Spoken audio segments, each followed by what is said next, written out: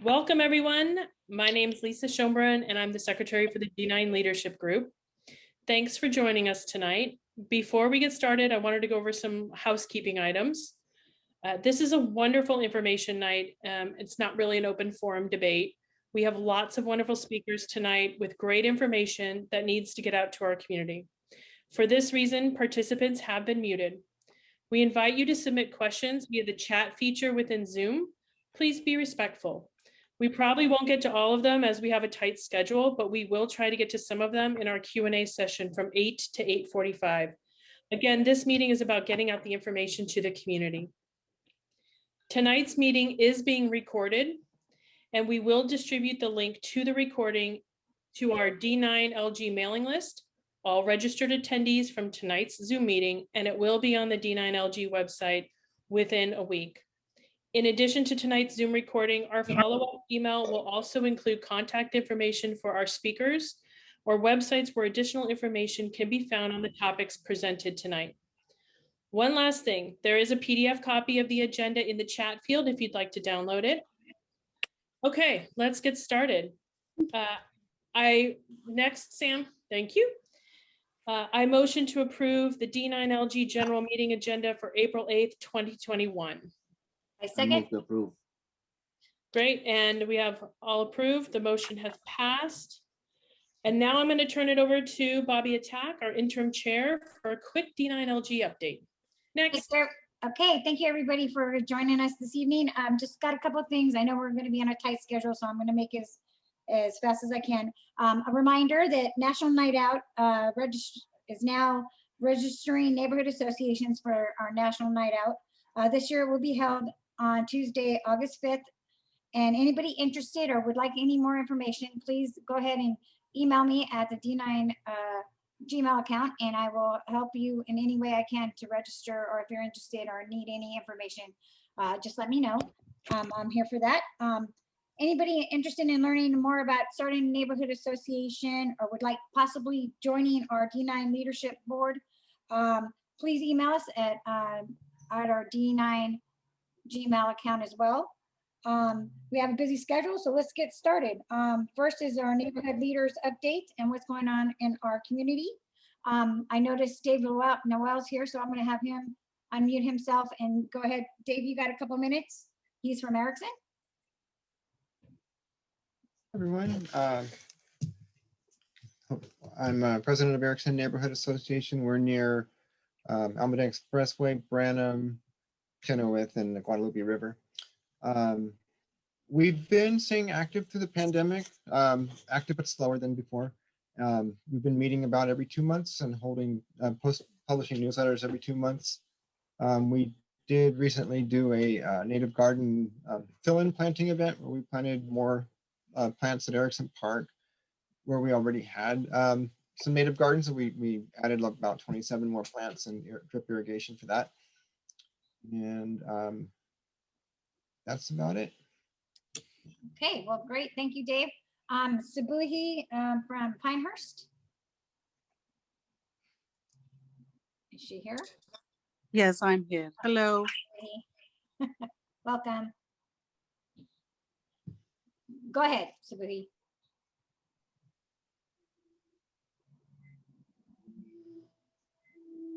Okay.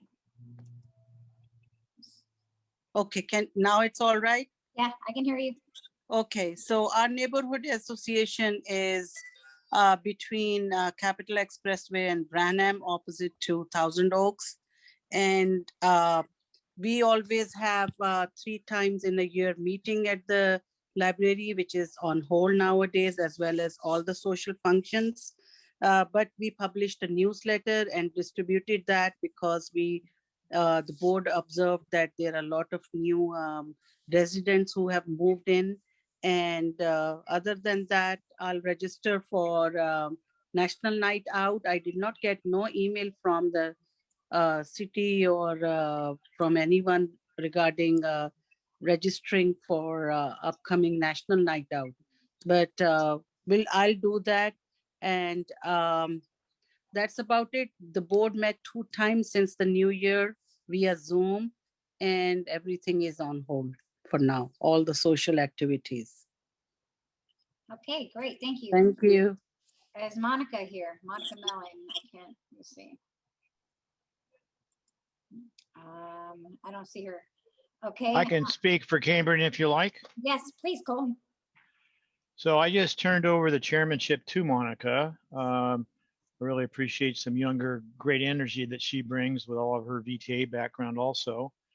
So we've been working to come to some conclusions around the Cambrian Park Plaza development and working with Pam and her team, the developer and everyone, and staying engaged with what's going on. We've been having 2 meetings with Opportunity Housing in the last 2 sessions.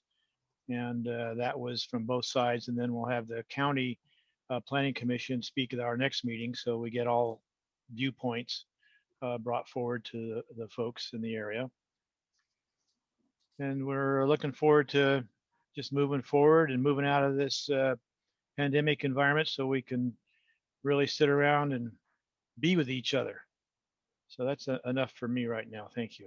All right, thank you, Cole. Maria Canito from Tatra. Thanks, Bobby.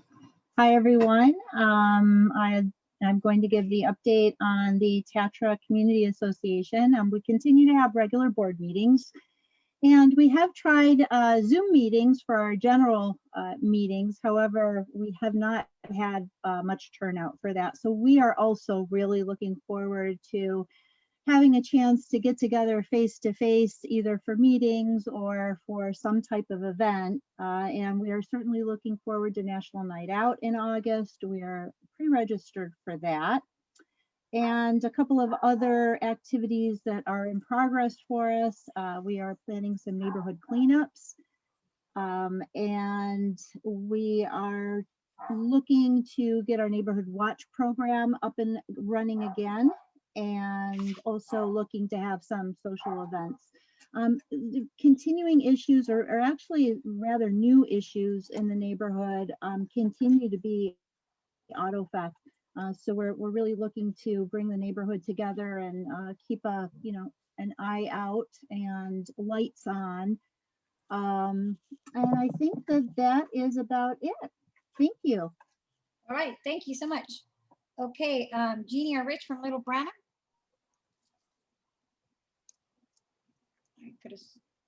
Mute. Hi, Yeah, Rich. hello there. Hang on a second. Get an actual picture here. Hi there. Sorry, it's a little dark. So we're the Little Branham Rosswood Neighborhood Association. We're between Camden Avenue and Lee Avenue on Little Branham. Is one of our main streets through here. We are basically a frontage road for the Highway 85 freeway. And as such, we have a sound wall that runs the length of Little Branham and planting areas over there that we're very sensitive about. We did get a grant from Beautify San Jose, and we were able to install 12 plants in that area, including some trees that had died. This is something that will be ongoing for us because we want to make sure that the landscaping stays as nice as it can be. We've seen locations that have similar situations and they let their planting go and the area looks really bad. So if you come through Little Branham ever and you see all the plants along the sound wall, you can think of us because we make sure that those stay thriving and alive. We have registered for National Night Out. We're doing it a little differently this year. We normally have a potluck. We figured that wasn't going to fly this year, so we're going to do an ice cream social. We're looking forward to that. We normally put on a picnic and a garage sale. The picnic is not going to be possible, but the garage sale in July, we're going to try to have that. So that's the news from Little Branham Rosswood. Great, thank you for showing. Thank you for coming. Okay, let's keep going. This Michael Young from Oster. Hi, everyone. Michael Young from Michael. Oster. Our neighborhood association is essentially between Camden Avenue, Highway 85, and Union Avenue and Lee Avenue. We are actually the neighborhood that Cambrian Park Plaza project will be located in. We're about half and half with city residents and county residents. We have not been meeting since the shelter in place, but we're planning to get started again here shortly. We will be registering for our National Night Out. We're excited about that. And we did get a Beautify San Jose grant and had begun to discuss a project around Oster Elementary School. And then with shelter in place, actually the school district, of course, had more important things to work on. So we'll try to re-engage with them probably next year. And I'd just like to say thank you to Bobby and the D9 LG board for this excellent agenda and meeting. Thank you. Thank you, Michael. Okay, next we will have Rachel from Dover. Is she here? I'm here. Sorry, it wouldn't Okay, there unmute. you go. Hi, Rachel. Hi, Bobby. We've been actually very busy. We have not been having regular meetings because we're not meeting, but we have had a couple of events. We, on March 13th, planted 10 new trees in Dover Park. Oh, I forgot to tell, I'm from Dover Park Neighborhood Association. We're a couple of years, 2 years old now, I guess. And we encompass the area between Meridian to Lee, Kirtner to Hillsdale, roughly. And so we do have a beautiful park in our neighborhood. We planted, I've adopted, the association has formally adopted Dover Park. And so we planted 10 new trees on March 13th. We have volunteers who are watering them 3 times a week right now. So we've got all that logistical stuff going on. We also painted, sanded, refinished, painted 7 of the benches in the little kids' playground. I just had a huge PG&E project completed that I initiated where they cleaned up. Basically, there's a property that runs between 2 streets and it's about 40 feet wide. It was completely full of stuff, trees, garbage, concrete, everything. PG&E just cleaned all of that up. It's about a regular block long area, so it was huge. And then we also had a work day in September where we painted the restrooms at Dover Park. So we've been doing events where we can safely space apart from each other, but we have not been having regular meetings. And we're doing great. Oh, great. Nice to hear that, Rachel. Yeah. All right, next we're gonna go with Terry Martin with Kirk Park Lower Willow Glen. Good evening, everyone. So we're South Willow, Lincoln Glen, and it's kind of between Lincoln Meridian, Kirtner, and Hillsdale. And we're trying to get organized. We haven't, right as the things kind of locked down is when we started having our first meeting. And we've had a couple of national night outs in the past.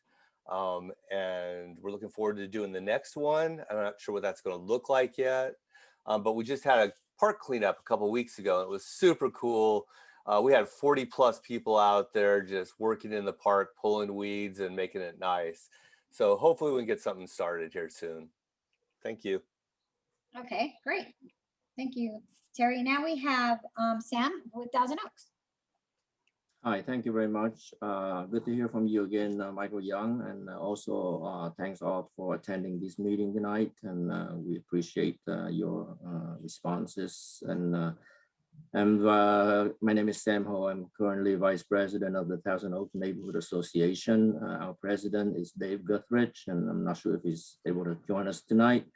Along with the team, we have Vice President also is Ted and other board members include Marcy Khan, Mariam Hanko, Mary Bitter, Abhishek Joshi, Jody Pierce, Sean Pierce, Nago, Jerry and Jerry Strangers, and Sandra Cortez. So we have been doing pretty well in Thousand Oaks neighborhood. It's located right in the middle of the 4 streets, Branham to the south, the Almaden Expressway to the west, Capitol Expressway to the north, and to the east is Pearl Avenue.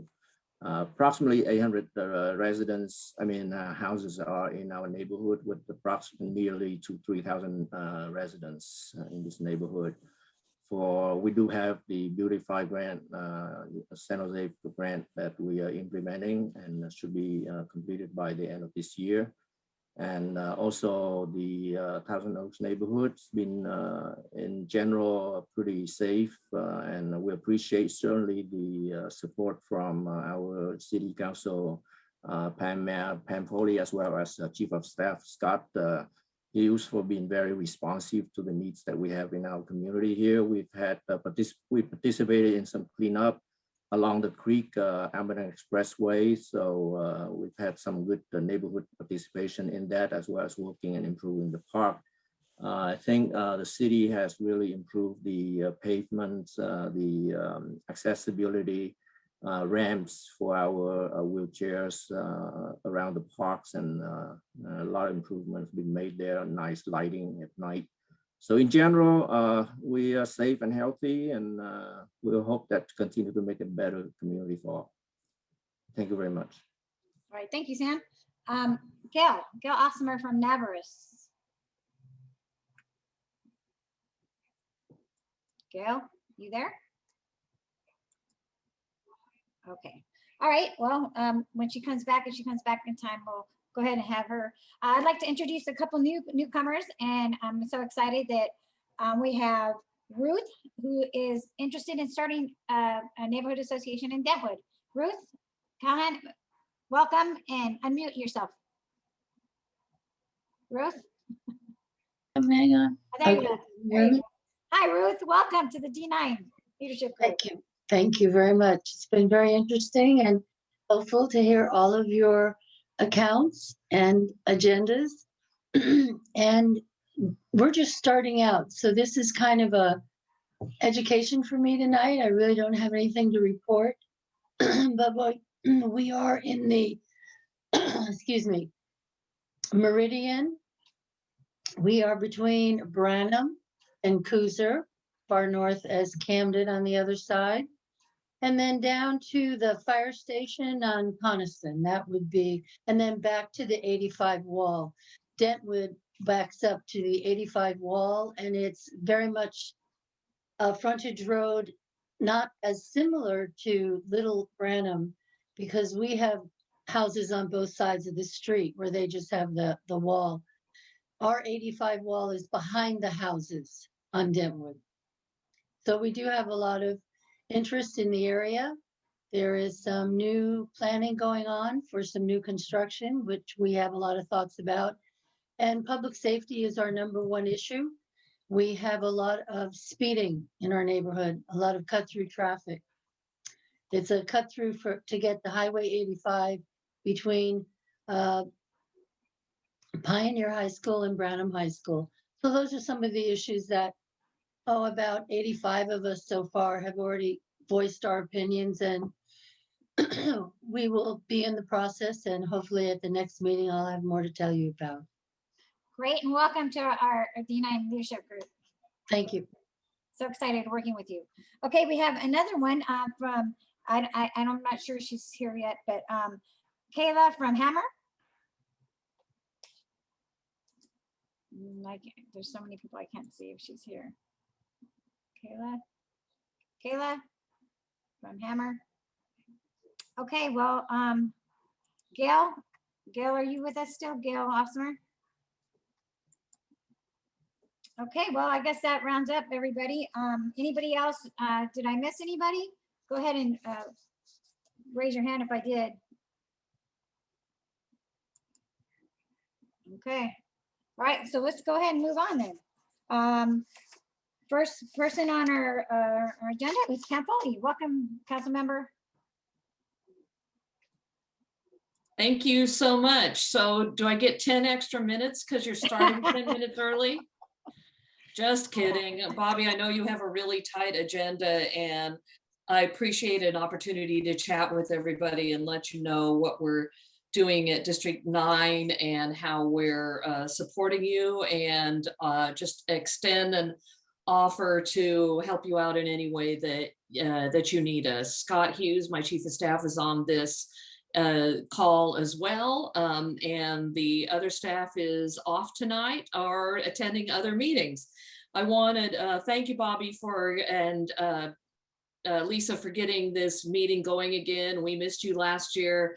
The COVID year, the year of the pandemic, was difficult for all of us, and virtual meetings were hard to come by. So I appreciate having this meeting and listening to all of the updates from the neighborhood associations. Some of them have had meetings that I've been happy to attend, and some of them have attended my virtual either town hall or office hours. And I will just extend an invitation to everyone on this call to attend my office hours, which I hold every other Friday or Saturday on a revolving schedule. The next one is the 16th, the Friday, from 9:30 till 10:30 in the morning. And it's just an open forum. It's an opportunity for you to raise your hand, ask a question, and we chat about issues, and we hope to give you an answer there. But if we can't, we get back to you as soon as possible. There's no agenda, no real speech, other than to give you a couple of announcements. So please join me for office hours. Then I also host a town hall, which is a more formal event. The town hall with a guest speaker. I have had Rosalind Huey, who is on this call as my guest, talking about planning issues. And I'm really excited about our agenda this time. April 29th, we will have a couple of people to come from Google who will present to you the Google plan for the downtown development.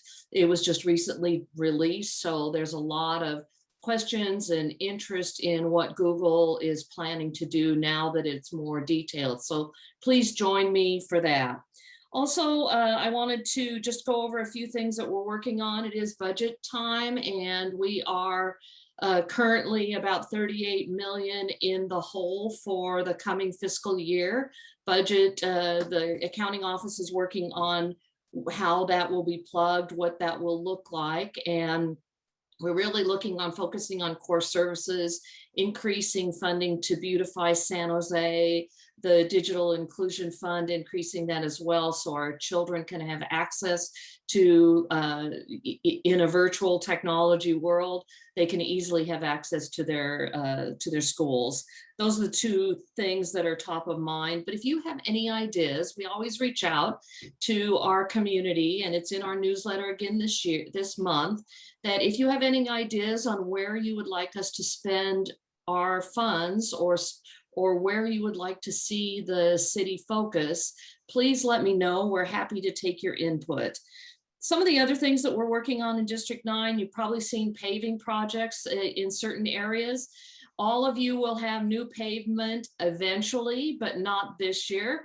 They're phasing in where the paving is going throughout the different streets and the different neighborhoods based on the condition of your roads. So just the Department of Transportation has a map that you can take a look at and see where you are in line with getting your roads repaired.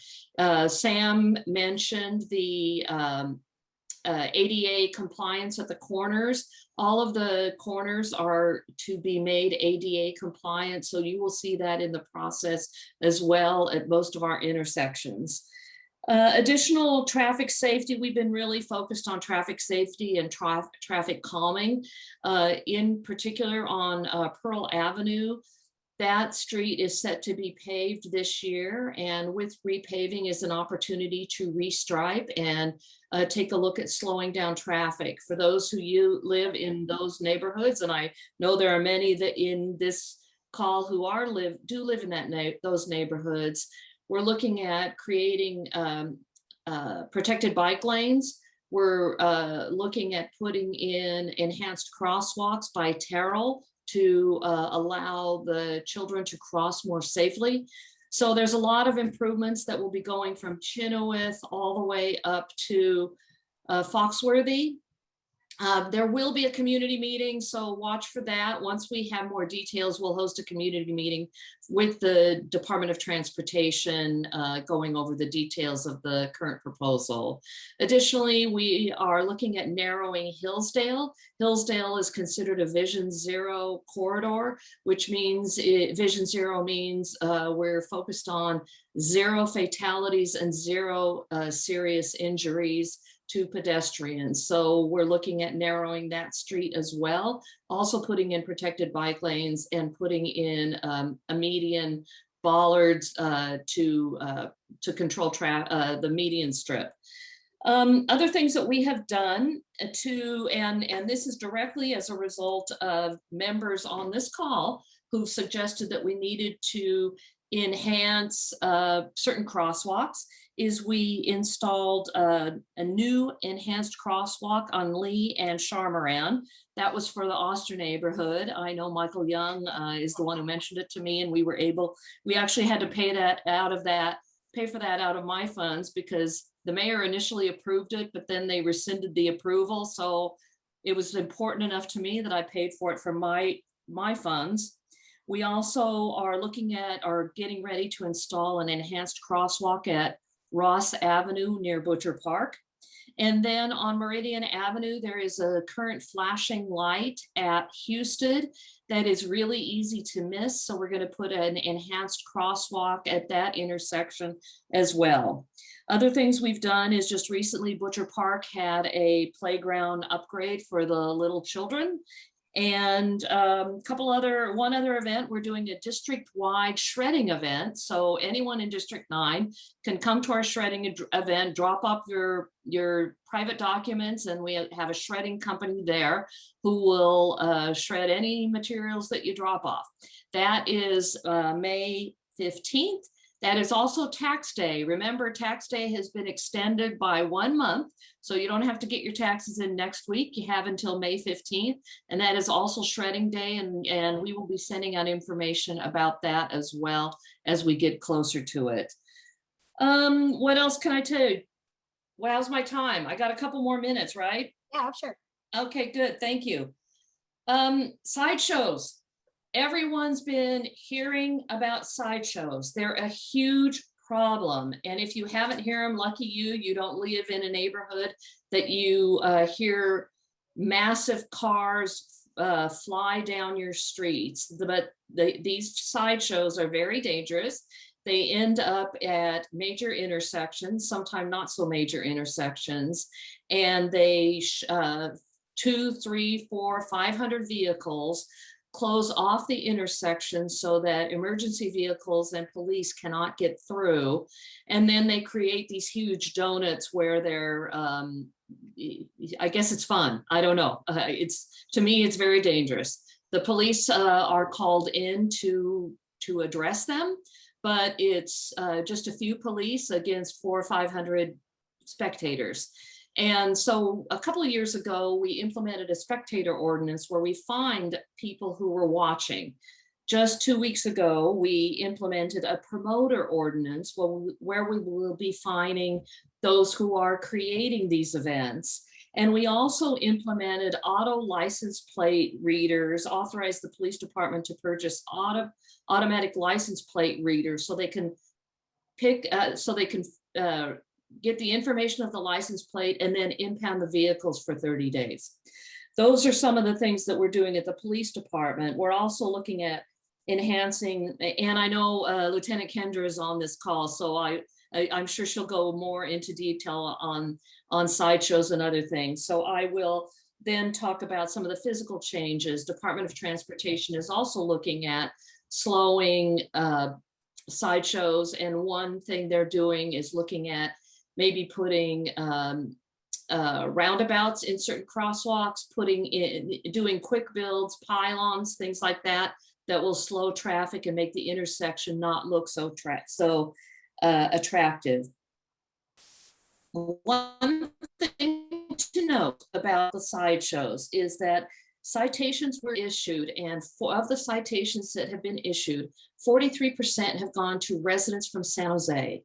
57% of the citations have been issued to individuals from as far away as Los Angeles, Oakland, Stockton, all over. They're coming to San Jose to rev their engines and show off.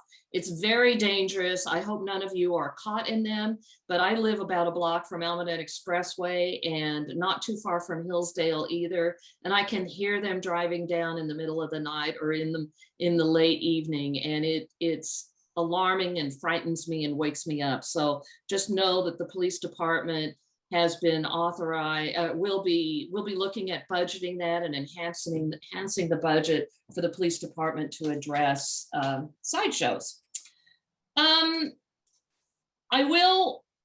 One thing I do want to mention is about affordable housing projects before I move on. And I know Ruth Callahan may be interested in the one potential project on Chuck E. Cheese. Real premature to be discussing that because the company looking at or talking about that does not have site control on that property. So they don't own it yet.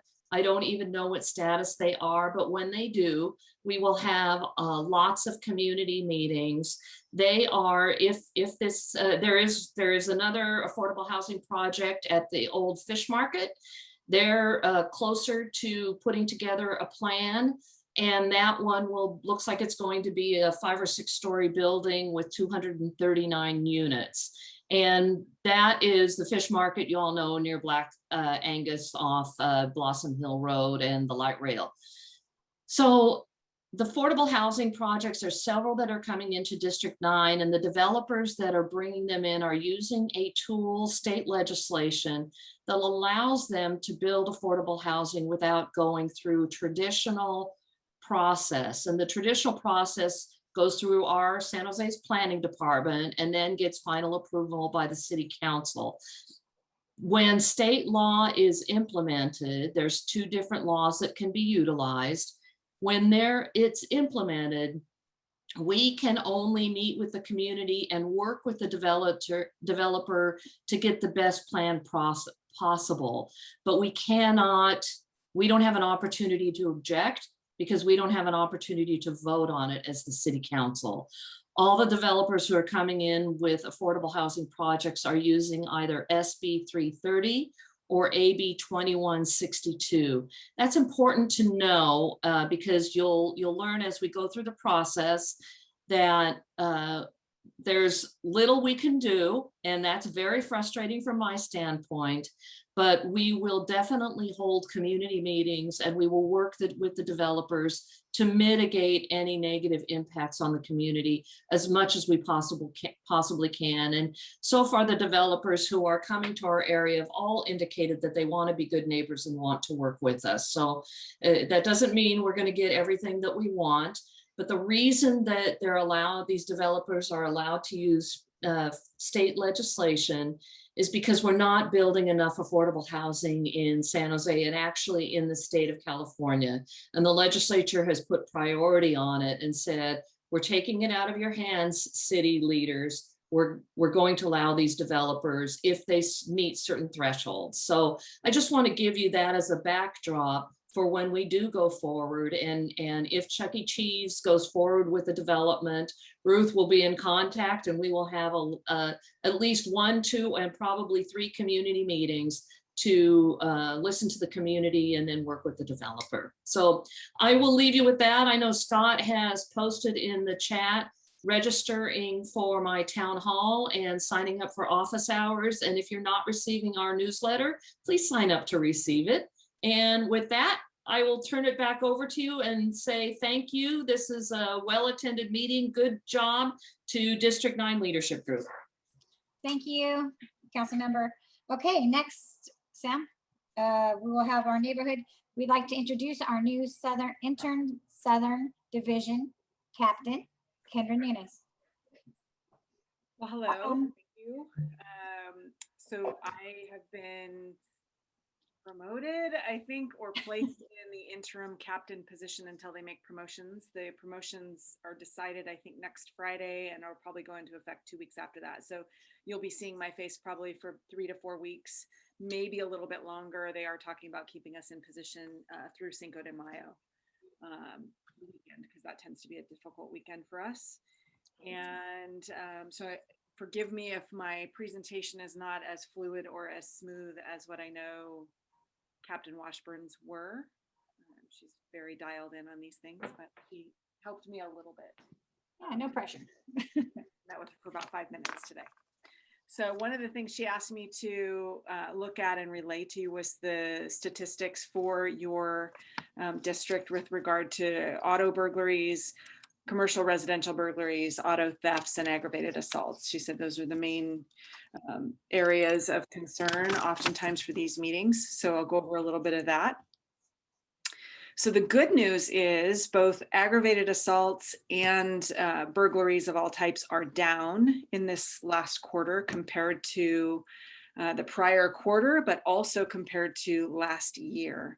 So with regard to burglaries, this quarter there were 88 reported burglaries, both the commercial, residential, and for auto burgs. And last year at the same time frame, there were 90, so it's a slight decrease. And last quarter, there were 103. So that's a pretty significant decrease just from quarter to quarter. Same thing with the aggravated assaults. January through March of this year, we had 15. Same time frame last year, there were 20, and last quarter there were 26. So that's a pretty significant decrease there as well. The bad news is with regard to auto thefts are up significantly. This quarter, there were 137 reported in your district, whereas last quarter there were 102, and last year this time there were 71. So that's a little bit about the statistics there. Overall crime or calls for service, there were about 4,200 received calls for service. And of those, we arrested, booked, or made a report on about 762. So kind of interesting statistics there compared to the number of calls we get.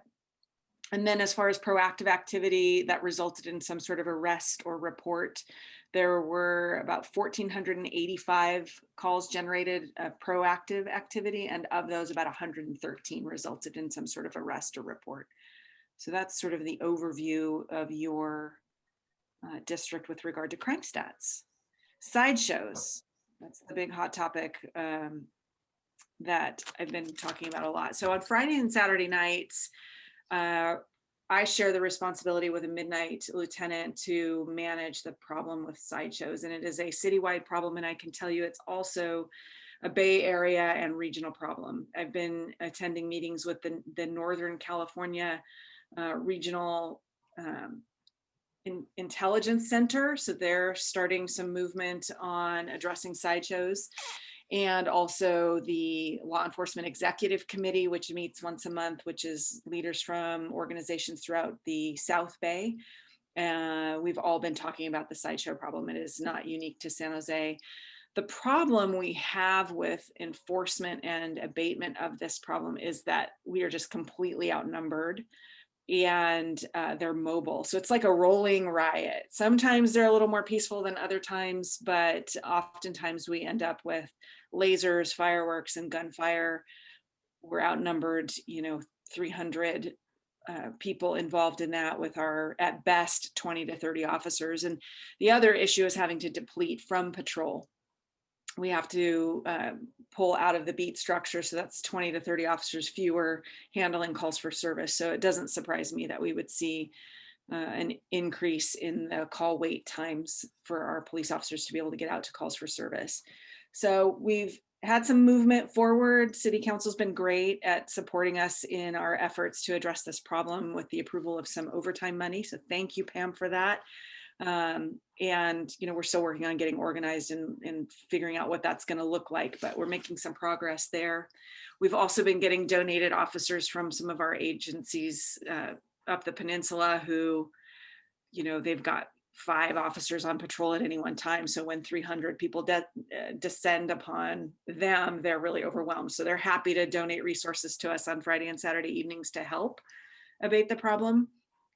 And I'm really hoping that we can move towards like a regional or at least countywide task force where we can dedicate officers and resources full time to this problem, because I think that's really going to be where the solution lies. Patchwork with patrol is just not going to work on at long term. The other issue we run into is just the officer safety concerns we have with putting young patrol officers in the middle of 300 people who are intent on hurting them. So that's what we're doing with sideshows. The best thing that I could get from all of you is calling in to report when you're seeing it develop. We try to monitor social media. We try to monitor other means to predict where they're going to be, but they get smart. Every time we outsmart them, they get smarter and find other methods of communicating their intentions. And so I look at the 911 calls, and as soon as I see something sideshow related pop up, it gives me an idea of where they're gathering and where I need to dedicate resources, at least for that next 15 or 20 minutes before they move on to the next location. So it's a huge problem. On Friday nights for the last month, we've had our special operations to include our traffic enforcement unit and California Highway Patrol and some Sheriff's Department resources dedicated solely to this problem. And that's been hit or miss. We can't predict whether Friday is going to be the big night or Saturday or both. We've had a couple of really successful nights using special ops, and then other nights it's been kind of a bust, and then they hit us really hard on Saturday. So we're working on the problem and doing the best we can to try to beat it. And I know DOT has picked some intersections to really focus some of their solutions to see if that helps. So with that, I included my email address in the chat. So please feel free to email me with any questions you might have or things you'd like to share with me. And I would love to answer any of your questions that you would like to ask. Okay, well, thank you, Kendra. I appreciate it, and stay safe out there. I will do my best. Sam, okay, now we're up. It's Jeffrey Fairfield for interim for the Senator Cortez's office. Jeffrey? Hello, everyone. Can you hear me good? Yes, perfect. Perfect. So thank you for having me here. Really appreciate that. So if you don't know, our office is new since Senator Dave Cortez just got this role. He is representing Senate District 15, which encompasses most of San Jose, Los Gatos, areas like Campbell, Cupertino, and other places. So I'm here today mainly because you guys invited me. Thank you for that. And also because I really wanted to introduce my office and give a brief description of kind of the services that our office can provide to our constituents and members of our community. So the staff at the district office, what we are mainly here to do is to help people in our community access state services and resources that they may need. Sometimes you guys know it may just help to know someone who works in government, because we know a thing or two, right? So another thing we do here at the district office is listen to constituents and take down their concerns, whether it be over certain legislation, community issues, like we've been hearing about sideshows, we've been hearing about the quiet zone, stuff like that, and just anything that people want to let their elected representative know about, right? So that's why we're here. We then would take whatever you guys tell us, pass it along to the senator so he can get a feel of what's happening in our communities and try to understand and figure out how we can help alleviate or fix that going forward. So we aren't also the perfect one-stop shop for all the help you may need with government services, given that government is broken up. So we could help you, however, redirect you to the correct places, such as maybe you need help with local, maybe you need help with court system or immigration and such like that. We are here to try to get you to the correct office, correct place, so that you can get the help that you need.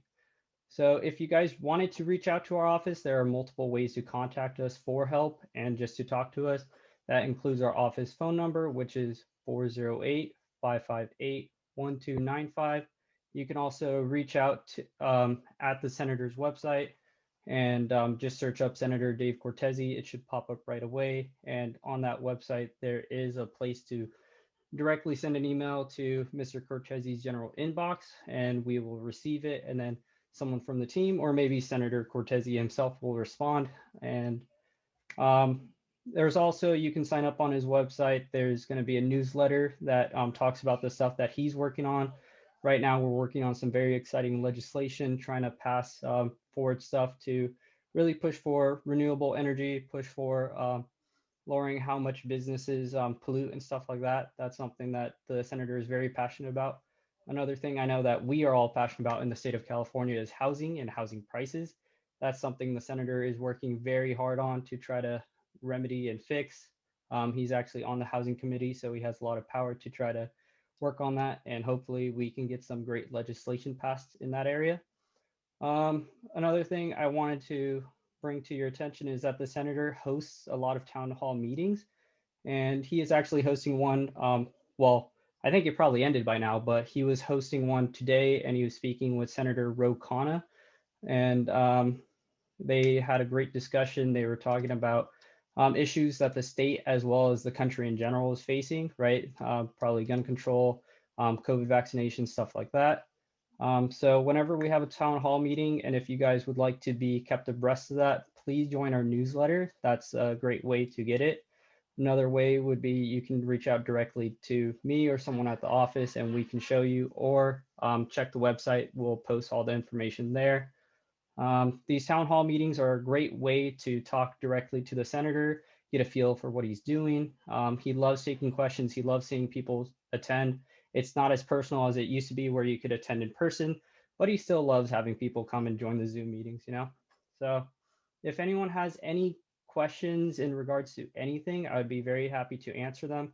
And if I don't know the question, you can shoot me an email. I can answer it later. You can also reach out, of course, as I said, onto the senator's website, and we will answer you and try to help you out with anything you need. Thank you. Oh, thank you, Jeffrey. Lisa has added it onto our chat for your newsletter. Thank you, Jeffrey. Next up, we will have housing, Jackie Morales. Welcome, Jackie. Great, thank you. I'm just putting on my timer so I don't take up too much of your time. So thank you for having me. I'm Jackie Morales Friend. Again, I'm the Director of Housing for the City of San Jose. And I'm, next slide, going to be giving you the overview of housing here in San Jose. And first, just to remind you, just in case some of you have not purchased a home recently, the median price for a single family home in San Jose right now is a little over $1.2 million. So I looked up what that buys you in San Jose, and here is a house that's listed for $1.228 million. You would need almost $246,000 to purchase this plus closing costs, and your monthly payment would be $5,678 a month in order to purchase this house. You'd be earning a little over $227,000 a year, or $109 an hour. Clearly, this house is out of the price range for many San Jose residents, and I would say the overwhelming majority of them. In terms of apartments, the average effective rent in San Jose right now is $2,299. That's when we look at across all apartments in the city. And I looked to see what that would get you now, and you could rent a one-bedroom apartment for $2,200. And this would be a one bedroom at 532 square feet, located close to Willow Glen. And you'd have to earn close to $90,000 a year to qualify for this apartment. And again, priced out for many of our renters in San Jose. Next slide. And so just to give you a sense of who I work with mostly, as the Director of Housing, I spend 95% of my time trying to increase the amount of affordable housing in San Jose. And the target incomes we're looking at are people who are low income, all the way to extremely low income, and people who are formerly homeless. So you can see the new class, market rate Class A apartments that are getting constructed have rents that are over $3,000 a month. The affordable housing we're producing has rents as low as $1,000 a month up to $2,500 a month for a 2-bedroom. So significantly lower than market rate rents. And in order to achieve these income levels, we need to have subsidies to do that. Next slide. All of our housing and the growth that's occurring in San Jose is really based upon some critical documents. The first one is the Envision San Jose 2040 General Plan. This was adopted in November of 2011. It has a framework for growth, which is going to establish 64,000 new housing units and 116,000 new jobs. It also contained some agreed upon land conversions of how we would achieve these very stretch goals in both housing and jobs. It included new work in greenhouse gas reduction and sustainability. There's an economic development strategy on how we're going to get those 116,000 jobs. And really, it was a strategy designed to build healthy mixed use communities. The housing element is a report that's required by the state, and it contains how much housing we need according to the state. And we have to identify where those housing units will be and talk about what's preventing us from growing housing and the programs we're implementing. Actually, go back one more time, because I wanted to point out something that's happened. So if you go back, oh yeah, here's the slide. So our current RENA goal cycle, which is about 8 years, we're supposed to build 35,000 new housing units in San Jose. We just got our new allocation for the next 8-year cycle. We have to produce over 66,000 new housing units to accommodate the growth in our community. And that's an 89% increase in the amount of housing. So we are way below what we need to be achieving in housing. So again, next slide to give you a sense of where we're at just this year. We just went to council to report on how much housing we have constructed. So this is our current RENA goal of the 35,000 units. Almost 60% of those units should be what we consider more affordable units. The moderate units are the ones that are more market rate. Next slide. You can see in 2020, the blue bar is how, the darker blue bar on the right is how much housing we would have needed to produce if we wanted to meet the annual goal. The light blue is what we're actually producing in San Jose. And so you can see just visually, we are significantly below in 2020 what we needed to be at in order to reach the targets that the state would like us to meet in order to reach our housing goals. Next slide. And where we can see we're really hurting, this is our cumulative up to date, is that you can see we've already almost reached our total market rate goal. So we're at 99% of that goal. But if you look at all the affordable housing, the 1, 2, 3, 4, 5, first 5 bars, we are nowhere near reaching any of the affordable housing goals that we need in order to accommodate our residents. Next slide. And so what are we seeing in the market right now? So what we have seen is that our rents have decreased significantly. If you go out and you look, our apartments are giving 2 months free rent, which I've never seen in the 13 years I've been here. Higher vacancy rates. The newer Class A housing has an 18% vacancy rate, which is huge for our market. But what has not slowed down is our for sale market. So homes are actually increasing in prices while rents are decreasing, and people are still paying above asking price. So it's a very hot seller's market for housing here. And in terms of our building permit, I've already told you we're not anywhere near where we need to be in order to accommodate the kind of growth. And Rosalind will talk more about this in her presentation. Next slide. So how we respond to housing is under a framework of we need to produce more affordable homes. We have to protect the vulnerable residents who are already living here. And especially we have seen this during COVID-19, where the disparities between race and income have really hit people the hardest, is if you're lower income and if you're a person of color. And then we want to preserve. It takes us such a long time to get affordable housing. We have to preserve that of which we have. Next slide. And here are all the strategies. So what I'll highlight is under production, we have been very successful thanks to the City Council and to the voters. We recently passed a commercial linkage fee that requires new commercial development to pay a fee into the affordable housing. And then Measure E is a new transfer tax on homes and commercial property when they sell. And a portion of that, tiny portion, goes to affordable housing. Rosalind will talk about ADUs and the general plan task force and opportunity housing as some of the additional strategies under production.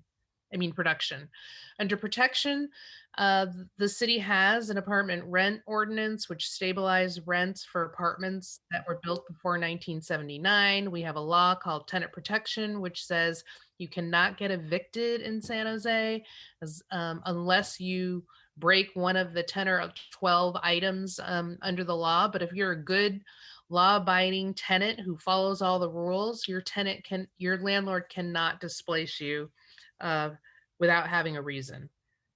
We are working on rental assistance. The city just received $30 million from the federal government to help our tenants stay in their homes as a result of COVID-19 and to pay our landlords so they can stay in business.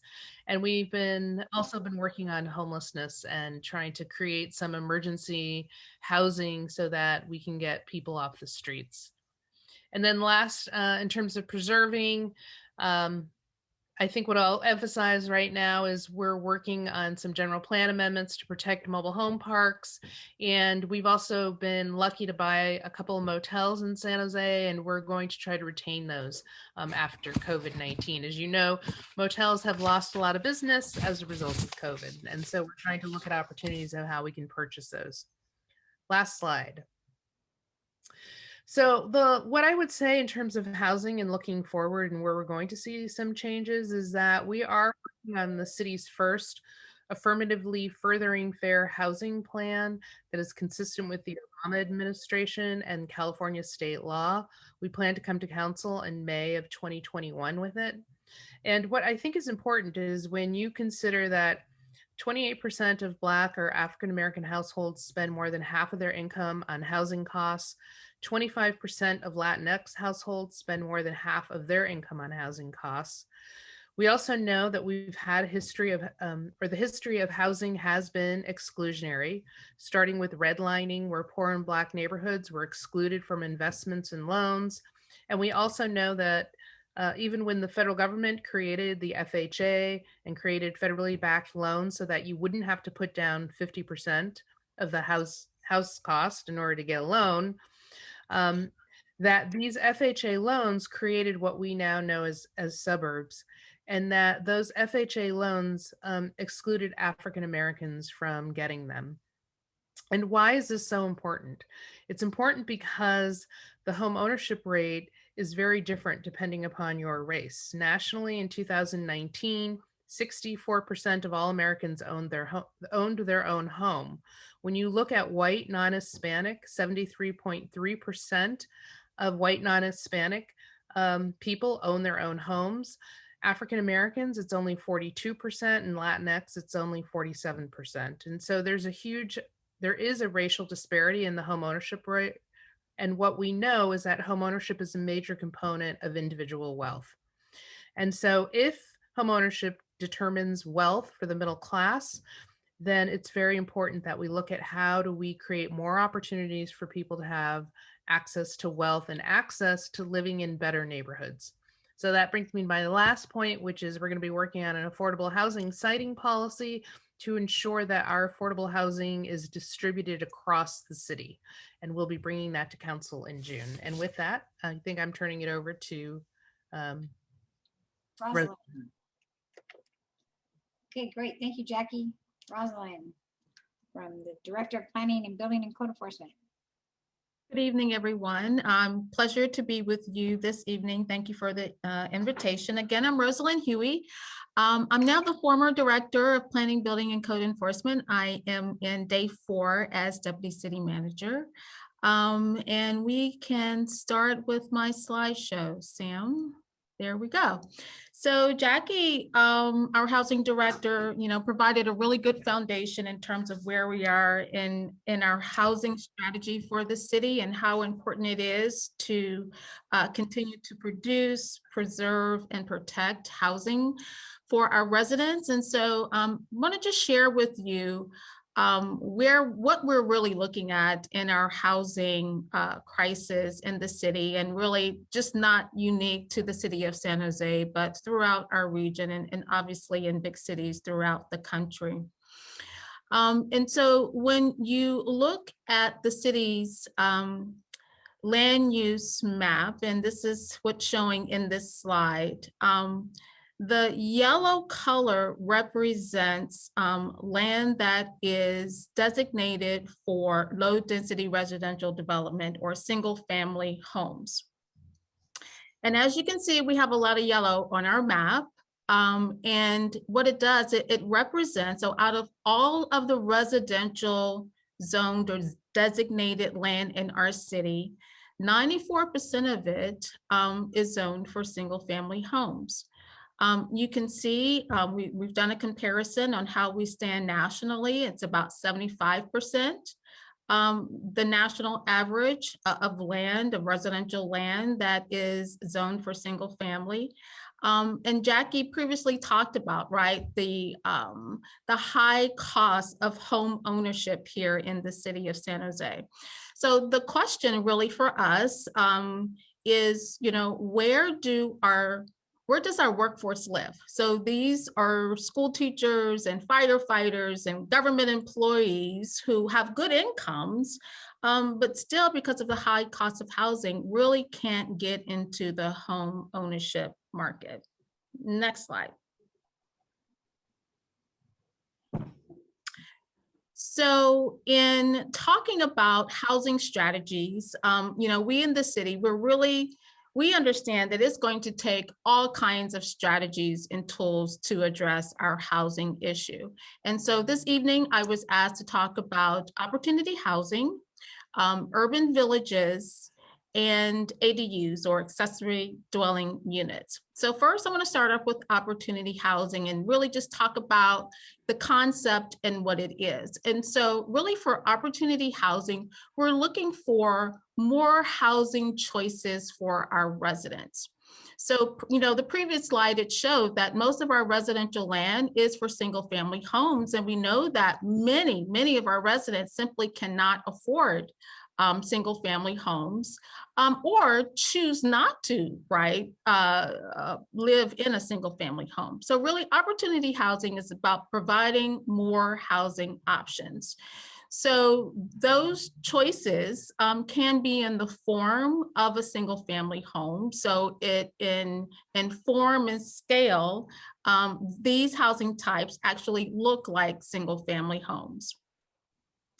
Obviously, it allows multi-unit housing in our single family zone neighborhoods. These homes are affordable by design, right? Because they're smaller in scale. So by nature, they're going to be more affordable for our residents. You've probably also heard the term called missing middle housing. That's the term that's probably used in other cities throughout California, certainly throughout the country. It's the same concept. It's about providing that housing stock, those housing choices that are in the middle for middle income people. And I'm sure that many of us, we've been following many cities in the state and in the country who are looking at missing middle housing, looking at allowing multifamily housing and single family lots. And so those includes Minneapolis, actually was the first big city in the US. Portland, Oregon, Seattle, the entire state of Oregon is looking at allowing single family allowing multifamily in their single family zones. And then there are cities who are currently in the process of looking at this. Sacramento, we've heard a lot in the news about Sacramento, certainly Berkeley, California, as well as South San Jose. Next slide. So just to share with you why the city is actually involved in this conversation and study about opportunity housing. And actually the planning staff was directed by City Council to look at this. In this, we were directed to look at this as part of the general plan 4-year review task force that took place starting at the end of 2019 and it concluded in November of 2020. Opportunity housing was one of the scope items that the task force was charged to consider. And you see here in the slide the details of that language. Next slide. So the staff and the task force, as directed by council, we looked at allowing up to 4 units on each parcel. And that could include a mix of, duplexes, triplexes, and fourplexes. We're also aware that the state law also allows ADUs on single family lots. The council direction asked us to also look at zoning setbacks and heights because again, the concept around opportunity housing is that it looks like single family in form and scale. So setbacks and height limits were very important. And again, as I mentioned perhaps earlier, is that, this type of housing development actually occurred in the city. We actually have many examples of missing middle housing or opportunity housing units in our city. Primarily, it was built prior to World War II. And like I said, exists in many of our neighborhoods. Next slide. So here are a couple of examples. These are examples of opportunity housing types that are more what I would say suburban in nature. So these are in neighborhoods that perhaps are in South San Jose. Next slide. These are some examples. I think definitely the 2 on the bottom are San Jose examples. These are in neighborhoods that are closer into the city core, downtown core. And as you can see, they look like single family homes in scale. So now what is being recommended to the city council? So the staff recommendation to the general plan 4-year review task force followed the direction that we received from city council. And that was to look at allowing opportunity housing around our transit-oriented urban villages. And staff did some analysis and came up with the parameters that it would be within a half mile of those transit urban villages. However, the task force, when they voted, was a lot of conversation and discussion and deliberation. I think we had 3 or 4 meetings. I think 3 meetings on opportunity housing. At the end of it, the task force recommendation was to actually allow opportunity housing types citywide in all of our areas that are designated as residential neighborhood. Next slide. So the next steps, we are planning to take actually all of the task force recommendations to city council as a package. We recently, however, got further direction from council. It was included in the mayor's March budget message to actually separate the opportunity recommendation from all of the other task force recommendation. Obviously, I think we anticipate a lot of community input and comments as well as council deliberation. So we're separating out opportunity housing. We're going to take all of the other task force recommendations to council first. That will be at the end of the summer. And then we anticipate getting opportunity housing recommendation to council in October of this year. And should the city council direct city staff to pursue opportunity housing, there are a lot of next steps that are involved. I want to say that should council decide to move forward with this recommendation, step 1 is to do community engagement. We have not had yet the opportunity to do that. It was not part of the scope of work for the task force process. And so first and foremost is engaging with our residents across the city. We want to engage homeowners. We want to engage renters. We would be conducting a displacement risk analysis. That was what we heard very important during the task force recommendation discussion. Looking at preparing design standards and guidelines, particularly as relates to our historic areas. And then we will be conducting an environmental analysis to identify impacts. Next slide. Okay, that's 1 minute warning. Thank you. I'll be fast, almost done. Urban villages. So just real briefly, the urban village strategy is included in our Envision San Jose 2040 general plan. It's one of our major growth strategies where we are targeting growth and development. We have over 60 urban villages, and these are areas where land has been converted from purely commercial uses to now allow housing.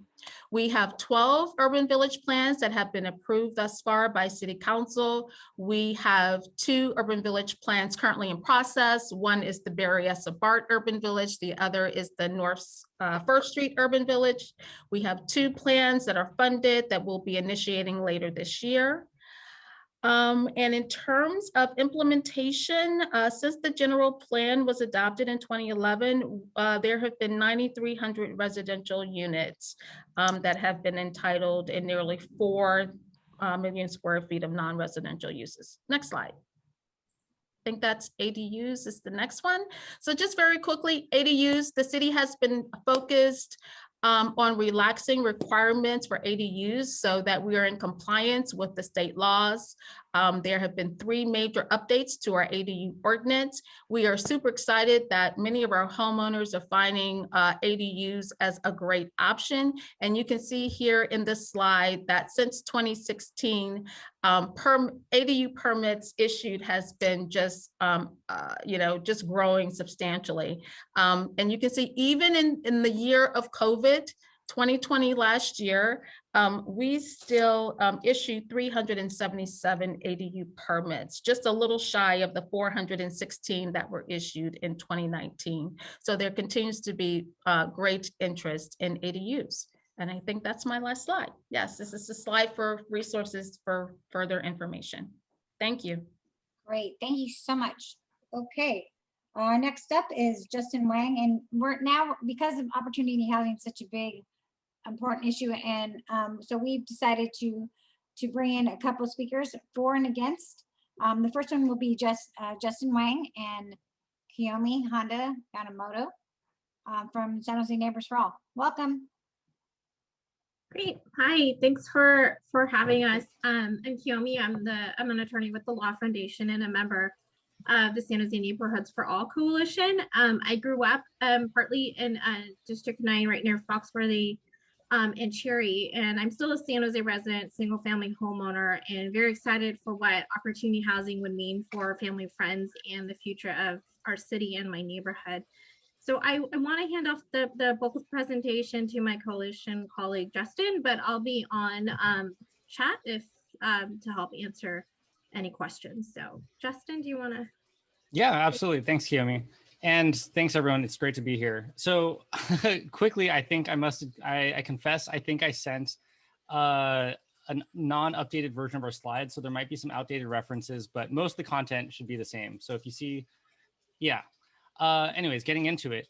So I think the first, if you want to go to the previous slide, this was just kind of a backdrop to talk about how, once again, I'm really excited to have this conversation.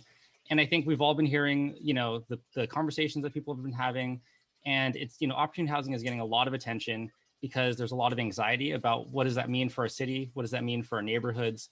And, my goal here is to add some reassurance that we're very early on in this conversation. As of right now, there's no policy being implemented. Rather, this is just the beginning of a conversation about opportunity housing and the studying of it. So with that, the next slide. This is just a slightly outdated list of our endorsers. Those, the question marks down there, those are confirmed. As you can see, it's a really, really broad range of people representing and organizations that represent a really broad variety of perspectives. And if you want to see an updated list, feel free to check out our website. So next slide. So just going back quickly, I think the city covered this really well. This was the the general plan task force recommendation was to explore this policy.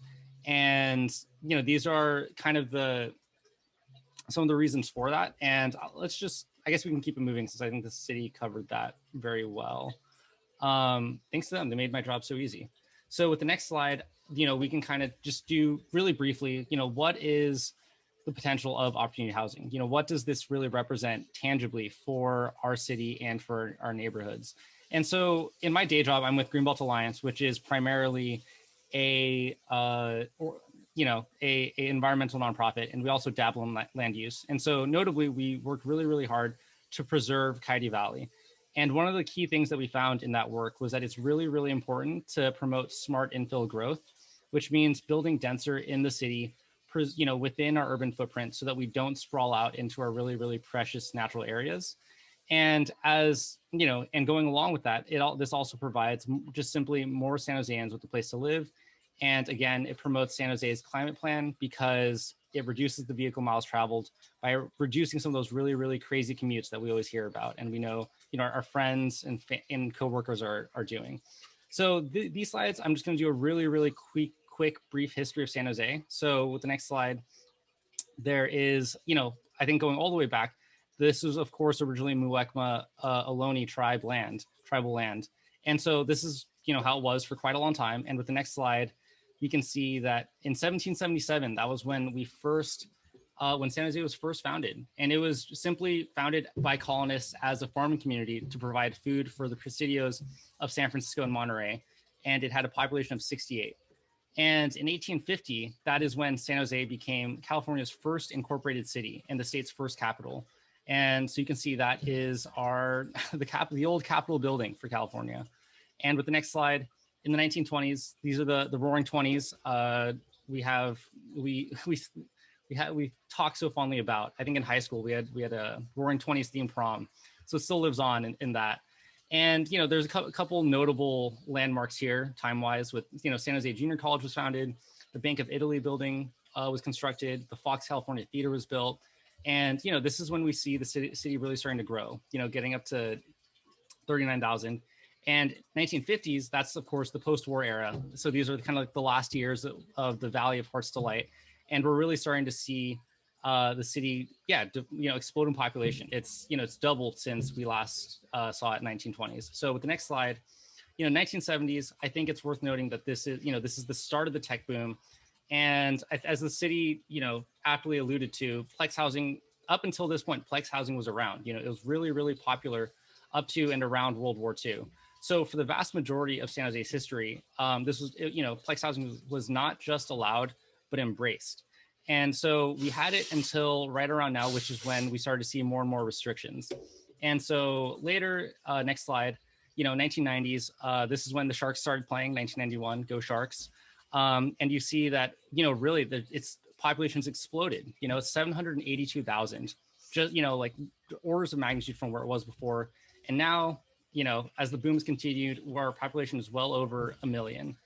And, this is just one neighborhood of many in San Jose, but we start to see, this is how we've grown. And just to really, hammer home this point, that 94% of San Jose's land is zoned for single family homes, but only 50% of residents live in one. So those really, really small little blue dots are roughly where half of all residents in San Jose are living, and the other half are living in the pink. So there's a bit of, I think we can all kind of see that might not work out as well as we might hope in the future. So with the next slide, you can see, just for comparison's sake, we can look at Mountain View, where it's a little more balanced. You see that 50% of the land is zoned, that is zoned for residential use, is zoned for single family. So we're seeing a much more even mix of blue and pink. And so a lot of cities are able to do this and are doing it and are succeeding. Mountain View is a lovely city. I go there all the time, and it's got great neighborhood character. And so I think the city touched upon this with the RENA allocation, which basically there's this mandate, we're going to build 66,000 new homes. And again, this is all, we can't really, there's not much more room to build more single family homes. So the pink is kind of ruled out. So how are we going to fit 63,000, 66,000 new homes in the little blue spots? And I think that opportunity housing really unlocks a lot of the things that we can do in the city.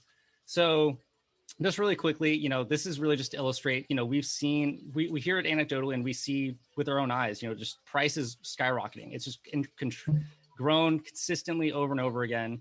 And it's just getting more and more unaffordable. Next slide.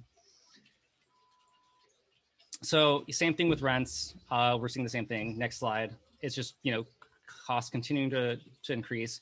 And finally, just to really hammer this home, like San Joseans are being priced out. You can see the, you know, the annual income that is required to afford things. And, you know, even police officers are really struggling to afford this, you know, like all these really great jobs, people that we care about in our community, you know, whether it's elementary school teachers, firefighters, you know, all the construction laborers, like all these people that are really integral to any community are just having a really tough time affording a home or just to live in San Jose, which I don't think any of us wants. So with next slide, this is actually a picture of me and my friends from high school. So just anecdotally, I just want to go through. So from left to right, you know, that's, you know, these are my friends. Angelo, there's me, not looking at the camera. I'm really bad at taking pictures, as you can see. Harpreet, and basically, you know, like, and I'll I'll say a couple of them, for example. Harpreet in the middle with the turban, he went to UC San Diego. He got his master's in biochemistry, and, you know, he did everything right? He got his degree and he's looking for a high paying job. And even with a tech job or like with a job in biotech, he simply can't afford to live in the South Bay. I think right now he's living up in San Francisco and is just sharing, I think he's got like 6 roommates just because he can't afford to live on his own and can't find a place. And so the same is true for everyone in that picture. You know, we all kind of did the 4-year route. We did what we're supposed to do, and we just can't afford to live on our own. So exploring opportunity housing, I think should be a nice little, with next slide, we can see that opportunity housing, you know, this style of plex housing exists in every district of San Jose. You can see some of these numbers that, you know, it's really, really prevalent in certain districts, less so in others. But the fact is, this is something that exists in every part of the city. And it's not something, you know, and I think many of these districts are, no one would ever turn their nose up at them. You know, they're wonderful places to live, and they have plex housing. It's something that's been there for as long as the city's been here. And with the next slide. Oh, absolutely. So as we go through, we can go through very quickly. These are just examples of existing duplexes. So you can go through these, maybe a second or two on each, and just examples. And these are from every district. You can just keep going. I think there's about 9 examples in here.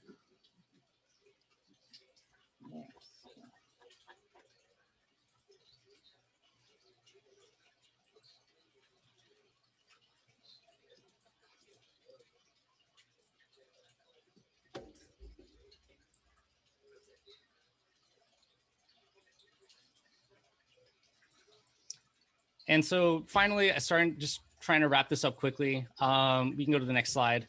You know, there's this quote that I think is really important, that, you know, there's no such thing as a single issue struggle because we do not live single issue lives. Really, for me, it's just, I think opportunity housing, it means so many things for so many different people. And that, you know, I think I really benefit from being able to grow up in a single family home, or, you know, or in a neighborhood, and having that, opening up that opportunity to other people by doing this plex housing, where more people are able to live in these great neighborhoods and be set up for success, is just really important.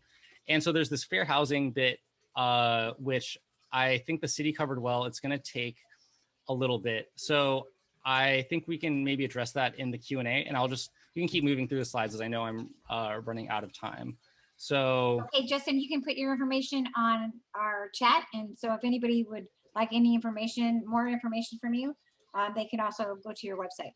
Great. Okay? Absolutely. Yeah, totally. I don't want to take up too much time. Okay. So yeah, once again, super great to be here. And yeah, thank you. We appreciate you coming. Thank you so much. Okay, next speaker. We have Pierre Olivero. Hi, how do you do? Luigi Olivero. Thank you. Can you see my screen? I can. Thank you so much. Great. Pierluigi Oliverio, if you take that term in front of you and you put it in a search browser, you'll find a variety of newspapers talking about this topic. And what's here? Okay, first I want to start off to explain what a euphemism is, and that's an expression or a term that's utilized to talk about something that's a little difficult, painful, or unpleasant. And that's what the term opportunity housing is. It's a euphemism for eliminating single-family house zoning as we know it today in San Jose. As you heard, it allows something that's not allowed today, which is a multi-unit density on your neighborhood block. And this upzoning would be permanent because the state of California does not allow land use to be downzoned. Where has this been done before? Well, state of Oregon passed it. It's effective June 2022. They're already passing high demolition fees in cities to dissuade speculative buyers. It was passed in Minneapolis for threeplexes, not what we're looking at here, so much less dense. But the citizens of Minneapolis and the Audubon Society took the city to court, and the Minnesota State Supreme Court ruled against the city. So we don't really have a successful pattern to emulate. In Sacramento, they voted to study it, but they did so, and I believe in a manner that was really disingenuous to the citizens because they bundled it together with a bunch of wonky land use items so the citizens didn't really know, that didn't have the focus. So of course it'll be considered in San Jose. You've heard that because of the historical redlining started in 34 and outlawed in 68, that this would right a historical wrong and that everyone has a right to live in any neighborhood they want and should not be outpriced. Lower rent would be likely per bedroom in a multi-unit building than a single house. So who's behind this? You saw some logos the other folks shared. It's important to note the Silicon Valley Leadership Group has actually withdrawn their public support from this item. But if you look at some of the other groups and you look at their executive board and where the executive board lives, you start to wonder, do they have the best interests of San Jose homeowners in mind? So the general plan builds an incredible amount of housing, upwards of another 300,000 people by 2040, assuming a population of 1.1 million today when the new census figures come out for 1.4 million, and that it's centered around strategic areas. And it all does this simultaneously by preserving single family home neighborhoods. I served on the general plan task force for 5 years, and we went to protect the single family home neighborhoods so we could build the density. This is an example of something in my neighborhood that's approved on Meridian Avenue near Willow. It's 6 stories, 233 units on 2 acres, 100% low income housing, but it's on Meridian, a 5-lane street with a lot of bus traffic, and it's not in the neighborhood. I think it's important to give historical context on housing because housing affordability is an international issue, and especially national, et cetera. So San Jose has been the leader in building housing for the region, both in market rate and in low income. And it's done so that it's led to low tax revenue for our city because we're mostly housing. Well, a lot of other cities are mostly jobs. They have a lot of tax revenue. So what that means is San Jose residents receive inferior municipal services while your friends in those other cities receive superior city services. Along the way to build all this housing, the city eliminated a lot of economic opportunity by converting industrial land to housing. And when we approve low-income housing, which we do all the time, we're taking another financial hit because that property goes off the tax roll forever. There is no property tax revenue in the city to come pay for those new residents. We have an inclusionary housing fee that goes to low-income housing. We have a real estate transfer tax that goes to low-income housing. We have a commercial linkage fee that goes to low-income housing. So even though we don't have the jobs, we tax them and that money goes to low-income housing. And then approximately 75% of the county Measure A, which is a property tax increase from 2016, it's on your property tax statement, 75% of those go into San Jose. So San Jose gets a blue ribbon. We've done a great job. Okay, moving on. The General Plan Task Force, basically their proposal, all that density we discussed, but it removes the protection for the single family home neighborhoods by allowing multi-unit by right on every single residential parcel citywide. It eliminates your choice of living in a single family home neighborhood. And you'll no longer have that one neighbor on all sides because development can occur on any side. And historic districts and conservation areas not exempt. So what would the process be? Well, really none, because by right means no community meeting, no public hearing, straight to demolition. But instead, if you were trying to remove a tree, you would have to go through a variety of processes, and eventually that would be a notification to your neighbors who could request a public hearing, and a public hearing would be held, and that would be the decision. Not the case for by right on the other proposal. So again, continuing on, one house to be replaced by a fourplex. As stated, the state law still allows 2 ADUs, and if you have a large lot, you can fit a third for a number of 7 units. When you're building out the lot more than it has historically been out, you're potentially eliminating trees, which is habitat, obviously, for butterflies, birds, etc. This proposal really relies on competing for available street parking. The state of California does not allow cities to regulate how many cars are allowed per dwelling. So if you've already encountered someone on your block that has way too many cars, this increases that propensity by a large number. Today, you roll out 2 cans, right? Recycling bin and a garbage can. With this proposal, will there be 12 cans? Will you have a dumpster? Is that what you signed up for in your neighborhood? These streets were not designed for this level of density, so there will need to be upgrades in capacity. The things you need is noted on the presentation.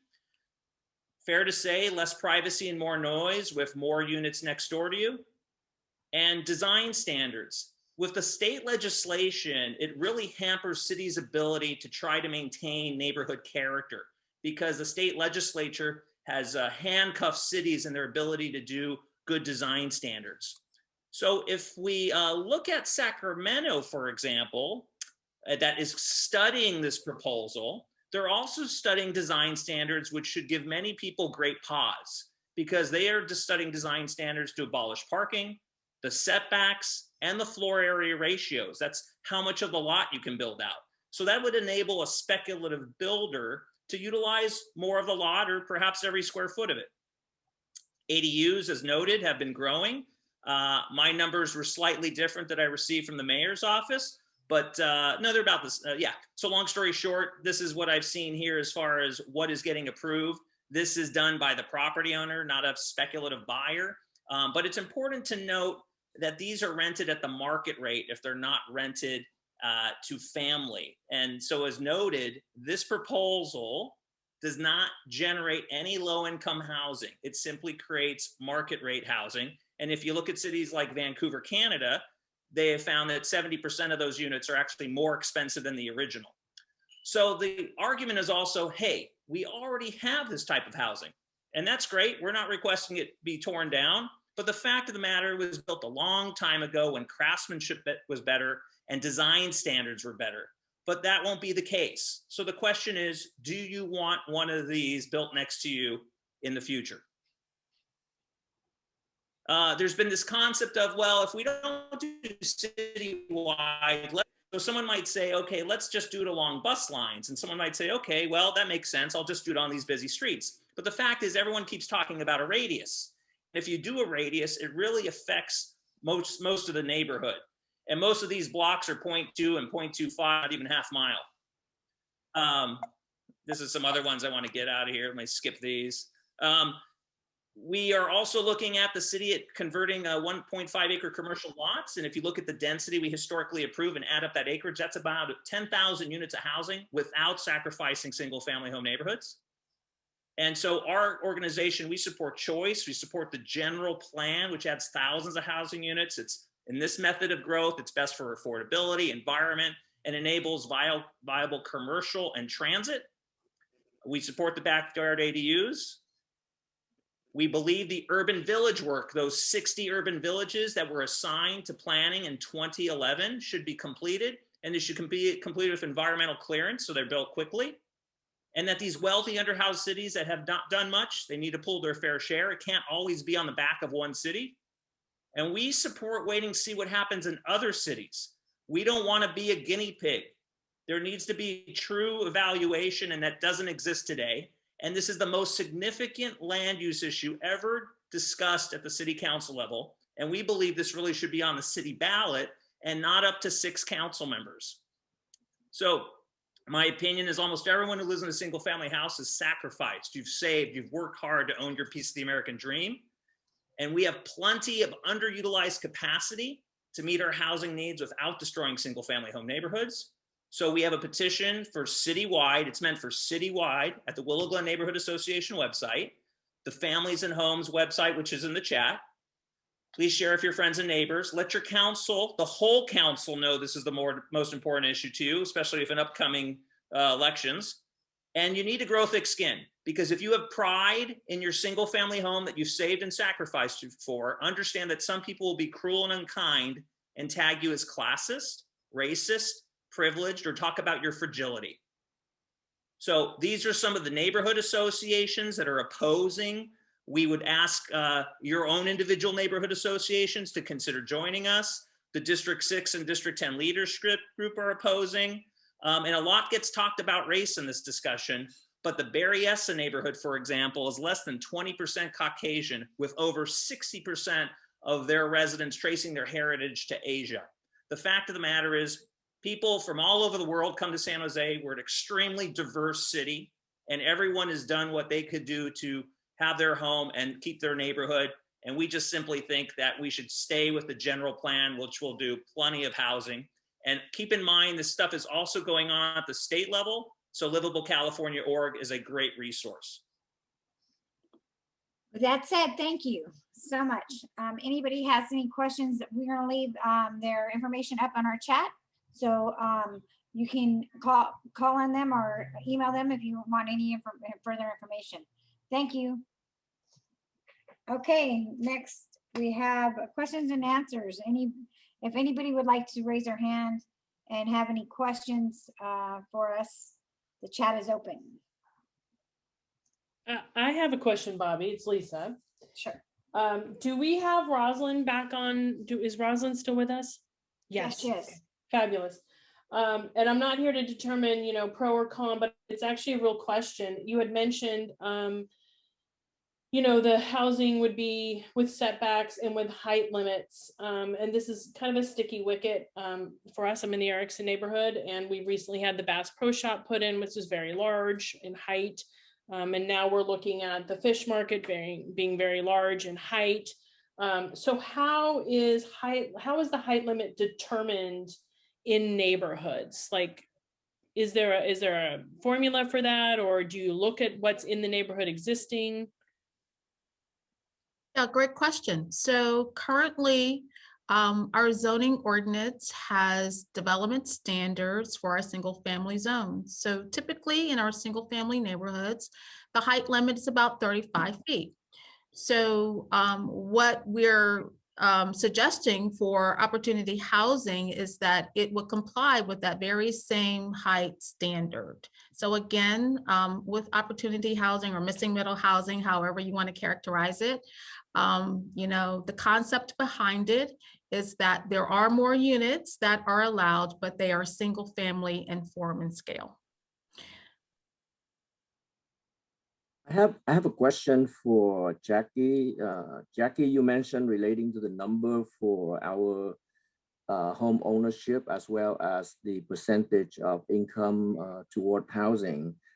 And you mentioned the numbers, like for home ownership, over 40%, less than 50% home ownership are for the Latinx and the African-American community, and 73% for the white community. But I don't hear anything about the 30% of the population plus here that are Asian American. Do you have, what's the home ownership percentage for the Asian American community, as well as the percentage of their income that go into spending for housing, where it's 20-some% for the other groups? Yeah. If you don't. That is a good question, and I don't have that. I will see if I can look that up because I had a national stat.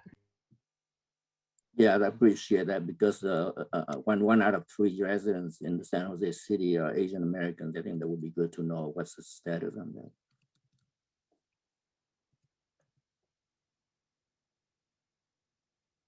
Okay, Bobby, I have another question from an anonymous viewer.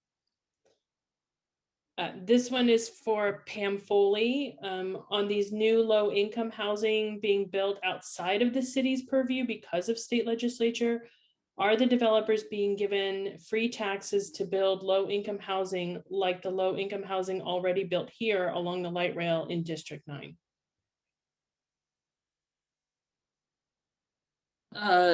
Lisa, can you read that question again? Are they Sure. getting free taxes? Sure, yeah, let me read it again. On these low-income housing, on the new low-income housing being built outside of the city purview because of state legislature, as you mentioned. This would probably be referring to Fish Market and Chuck E. Cheese. Are the developers being given free taxes to build low-income housing like the low-income housing already built here along the light rail corridor in District 9, as there is Section 8 housing back in there? So I don't really have the answer to that question. The developer puts together funding packages that help finance whether these projects are tax-free, property tax-free. If that's the question, maybe Jackie knows or Rosalind knows, but I do not know that component at all. And these are not low income, these are affordable housing projects. There's a difference. Low income, there's various levels of qualifications of who can live in the property, and those developers haven't made that determination yet. Affordable housing could be up to 80% AMI, average median income, which is an income of $108,000 for a family of 4. But I don't have the answer to that question. Jackie, do you have, do you have that answer? I'm sorry, I missed the question because I was looking at the home ownership rate. Do they own, I don't think developers, I think they pay taxes on these properties, don't they? Not if they're low income rental. Thank you. Okay. Former council member Olivario, yes. Yeah. If they are low-income housing, then they do not pay property taxes, as do churches don't pay property taxes, schools don't pay property. There's a whole variety of different structures that don't pay property taxes. Okay, thank you. I learned something new. Thank you. Hi, this is Cole. I put a question in the chat. I'm the chair of the Veterans Commission for the county, and wonder if in all these proposals there's some consideration for vets, where I think we still have about 3,000 vets homeless. And yes, we have made some good progress in helping them. So I'm just wanting to get a little more understanding of that. Thank you. Yes, actually, the city with the county had a plan to work on specifically vets and homelessness. And they have made extremely good progress in terms of providing and building housing, specifically as set-asides for homeless vets. And so while we continue to see homelessness across the city, because we continue to see income disparity across, the country, is still a challenge, but there are still specific programs designed specifically for veterans that we're supporting and continuing to build on. Thank you, Jackie. Okay, All one right. more question. I've got one more question for either Jackie or Rosalind or for Pam, whoever wants to take this. But if this concept, and I'm assuming, I'm reading it from the chat, if this concept, and I'm assuming it's opportunity housing, was approved, how long would it take to see any significant change in density in the neighborhoods in D9?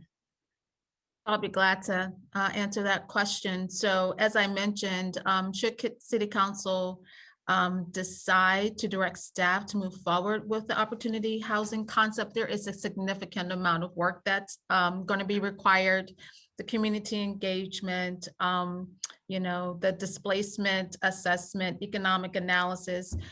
We are looking probably at least 2 years of staff work before anything gets implemented. And that's the information we did share with the task force.